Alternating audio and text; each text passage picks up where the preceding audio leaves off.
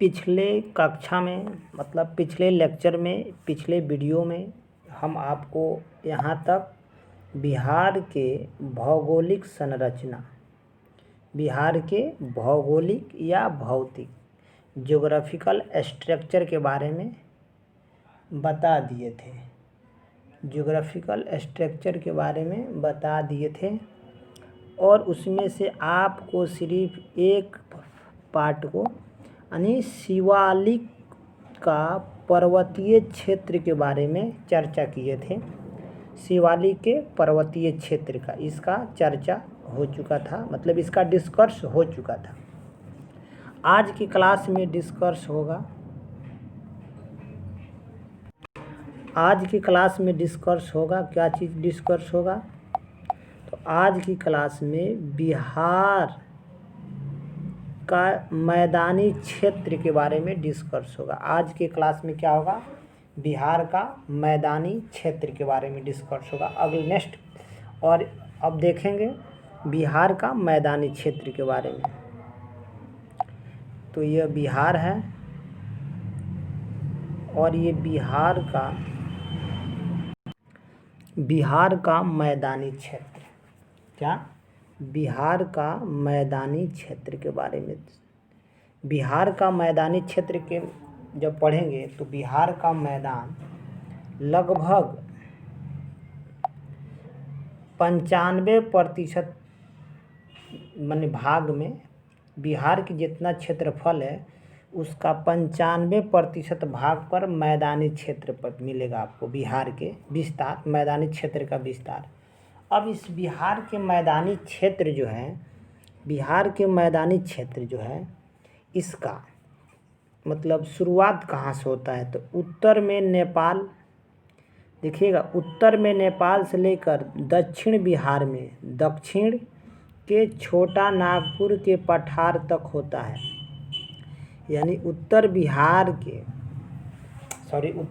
को लें, बिहार के मैदानी क्षेत्र का विस्तार ऑल जब देखा जाए बिहार के टोटल, तो उत्तर से दक्षिण, उत्तर में नेपाल से लेकर दक्षिण में छोटा नागपुर के उत्तरी सीमा तक, छोटा नागपुर के उत्तरी सीमा तक, कहाँ? उत्तरी सीमा तक इसका विस्तार है। लगभग बिहार के 95% जो मैदान है, 95%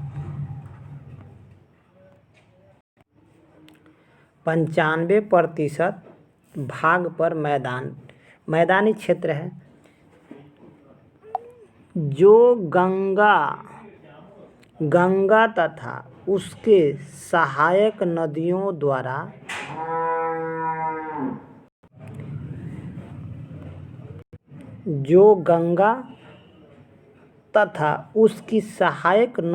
द्वारा लाए गए क्या अवसाद के निक्षेप से इस मैदान का निर्माण हुआ है।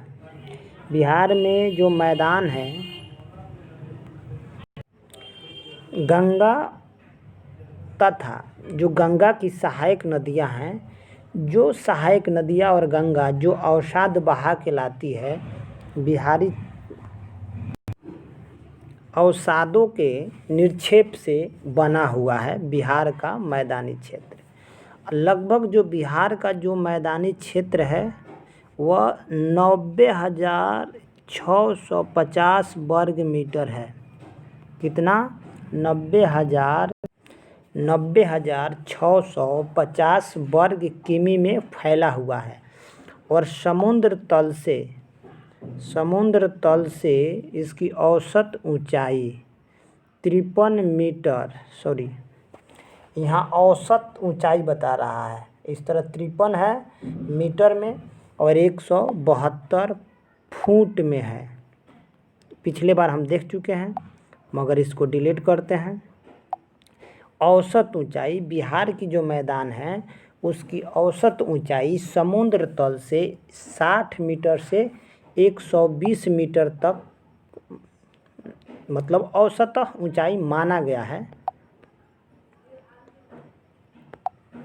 मैदान का ढाल, जो बिहार का मैदान है उसका ढाल कैसा है?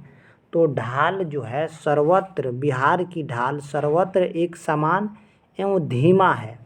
बिहार की जो ढाल है सर्वत्र एक समान और धीमा है, जो 6 सेमी प्रति वर्ग किलोमीटर, 6 सेमी, 1 किलोमीटर में 6 सेमी उसका ढाल है। और यह ढाल पश्चिम बिहार के पश्चिम में इस मैदान का ढाल कितना है? तो देखिए बिहार के जो मैदान है वो पश्चिम में क्या है? चौड़ा है, पूरब की अपेक्षा अधिक चौड़ा है। जो बिहार की मैदानी भाग है वह पूरब की अपेक्षा पश्चिम में चौड़ा। इसका मतलब क्या हुआ? अगर यह बिहार है तो इधर जो चौड़ाई है ज़्यादा है और इधर चौड़ाई कम है। पूरब की ओर चौड़ाई बिहार की कम है।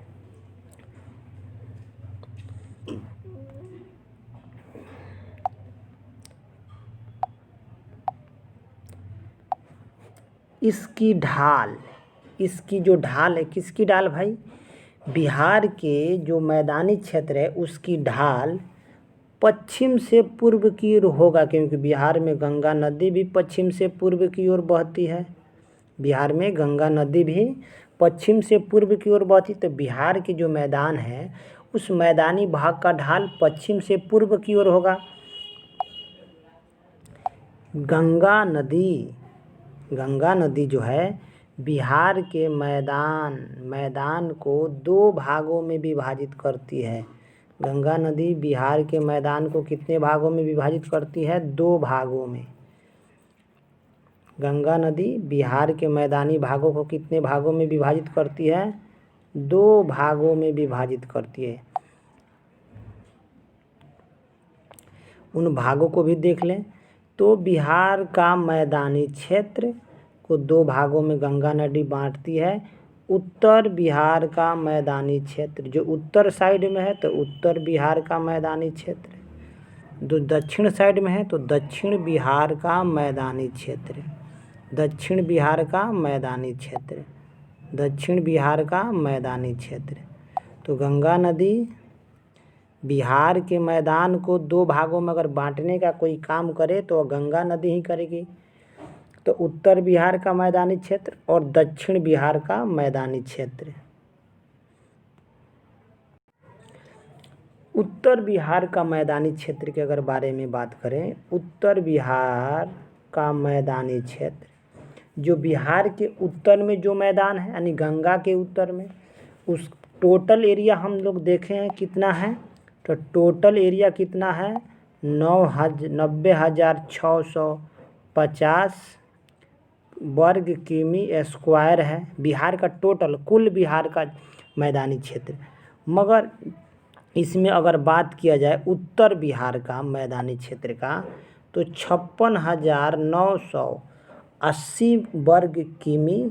तो यह जो क्षेत्र है वो 56,980 वर्ग किमी यह बिहार के उत्तर बिहार का मैदानी क्षेत्र के हिस्सा है। 56,980 वर्ग किमी सबसे ज़्यादा। और यह एक ख़ास बात है कि इसकी शुरुआत हिमालय, जो हिमालय पड़े हैं ना, शिवालिक हिमालय की तराई से आरंभ होता है। कहाँ से आरंभ होता है? हिमालय की तराई से आरंभ होता है।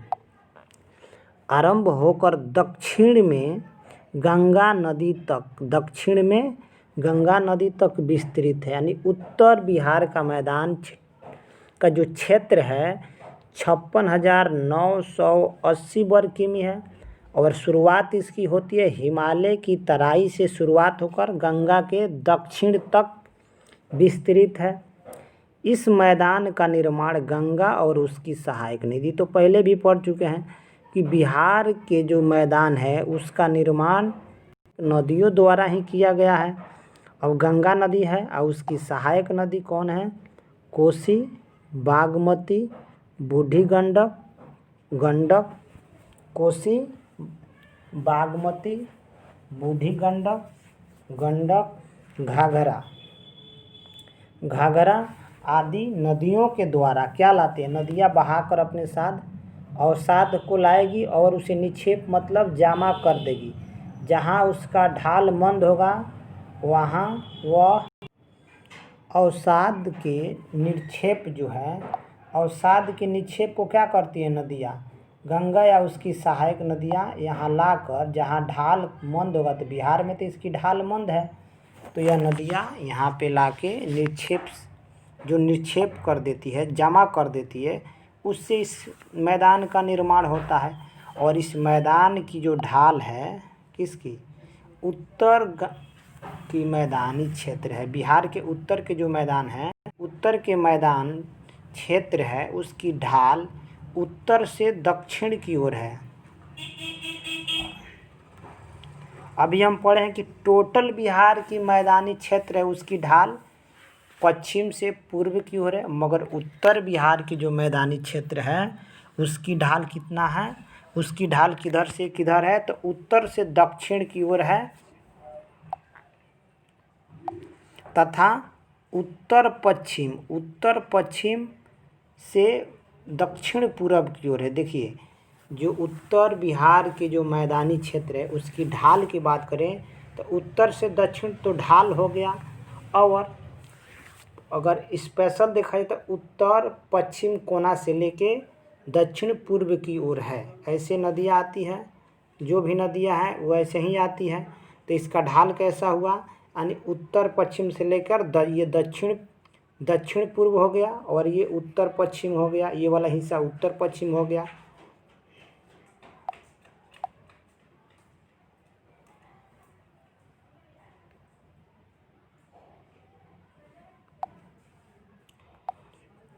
तो जो गंगा का उत्तर बिहार के मैदान, उसकी ढाल उत्तर से दक्षिण की तरफ है, उत्तर से दक्षिण की तरफ, खासकर उत्तर पश्चिम से स्टार्ट होता है और दक्षिण पूर्व की ओर उत्तर बिहार के मैदान का ढाल है।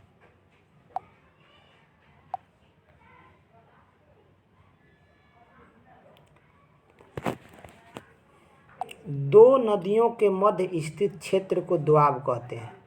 तो ये दोआब इंडियन ज्योग्राफी पढ़िएगा उसमें भी मिलेगा, बिहार पढ़िएगा उसमें, क्योंकि दो जब नदियों के देखिए, जो जैसे ये नदी और एक ये नदी, तो इसके बीच का जो क्षेत्र है, तो ये दो नदियों के बीच के क्षेत्र को क्या बोलते हैं, दोआब बोलते हैं। और यह बहुत उपजाऊ होता है, यह क्षेत्र बहुत उपजाऊ होता है, क्योंकि यहाँ जलोढ़ मृदा पाई जाती है।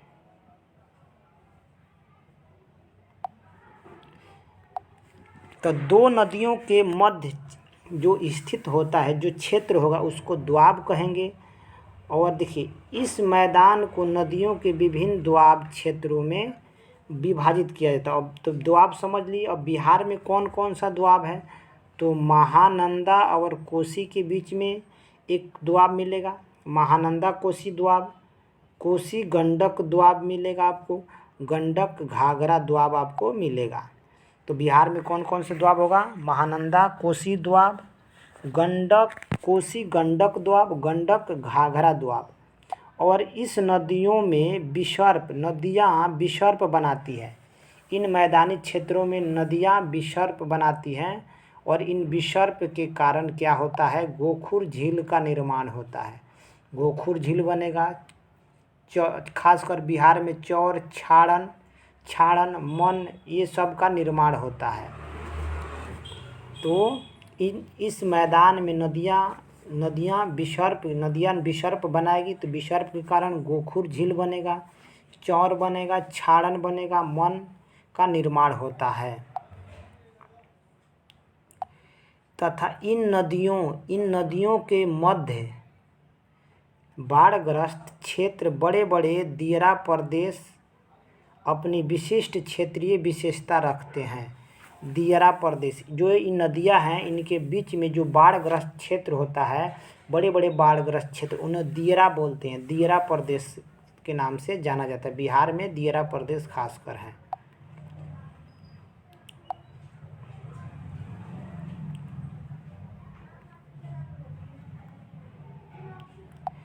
उत्तर बिहार का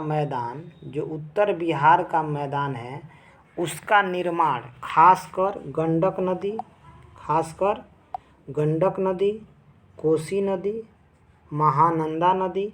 नदियों द्वारा जो उत्तर बिहार के मैदान के निर्माण में खासकर कौन भूमिका निभाती है? गंडक, कोसी, महानंदा आदि नदियों द्वारा लाए गए क्या? रेत तथा मिट्टी से निर्मित जलोढ़ पंख का क्षेत्र होता है। द्वारा लाए गए जो अवसाद लाती है तो वह छोड़ देगी तो रेत बन जाएगा। मिट्टी से जलोढ़ का पंख का निर्माण हो जाता है। जहाँ यह नदियाँ अपना मार्ग प्रवाहित होकर बदल लेती है, जहाँ नदियाँ प्रवाहित मार्ग बदल लेती है वहीं पे जलोढ़ पंख का निर्माण होगा, रेत का निर्माण होगा। उत्तर बिहार के मैदान, जो उत्तर बिहार का मैदान है उसका विस्तार कहाँ से कहाँ है? उत्तर बिहार के मैदान का विस्तार कहाँ से कहाँ है? तो आपका पूरब से पश्चिम, चाहे पश्चिम से पूरब स्टार्ट कीजिए। भागलपुर, सहरसा, पूर्णिया, सारण, गोपालगंज, मधुबनी, सिवान, पूर्वी चंपारण, पश्चिमी चंपारण, दरभंगा, मुजफ्फरपुर जिले, मतलब उत्तर बिहार के लगभग सभी जिले आ जाएंगे। भागलपुर, सहरसा, पूर्णिया, सारण, गोपालगंज, मधुबनी, सहरसा, पूर्वी चंपारण, पश्चिमी चंपारण, ये सब क्षेत्र इसके अंतर्गत आ जाएंगे। और इस मैदान के आधार पर और उत्तर बिहार को भी 4 भागों में बांटा गया। उत्तर बिहार को कितने भागों में बांटा जाएगा? 4 भागों में बांटा जाएगा। 4 भागों में उत्तर जैसे बिहार के मैदान को 2 भागों में, उत्तरी बिहार के मैदान, दक्षिणी बिहार के मैदान। और जब उत्तरी बिहार में उत्तर के बिहार के मैदान पढ़ रहे हैं तो उत्तर बिहार के मैदान को भी 4 भागों में बांटा जाएगा। कितने भागों में? 4 भागों में। अगले क्लास में देखेंगे इसके बारे में। देखिए, यह जो वीडियो या लेक्चर जो बनता है महेश कुमार बर्नवाल जी का बुक है बिहार स्पेशल, उसी से आपको लेक्चर प्रोवाइड कराया जाता है, वीडियो आपको दिया जाता है। ठीक, इसमें कोई अलग से मेरा कोई इसमें महत्वपूर्ण योगदान नहीं है। इस बुक को मतलब लाइन दर लाइन आपके लिए मैं लेक्चर लेके वीडियो लेके आता हूँ, बनाता।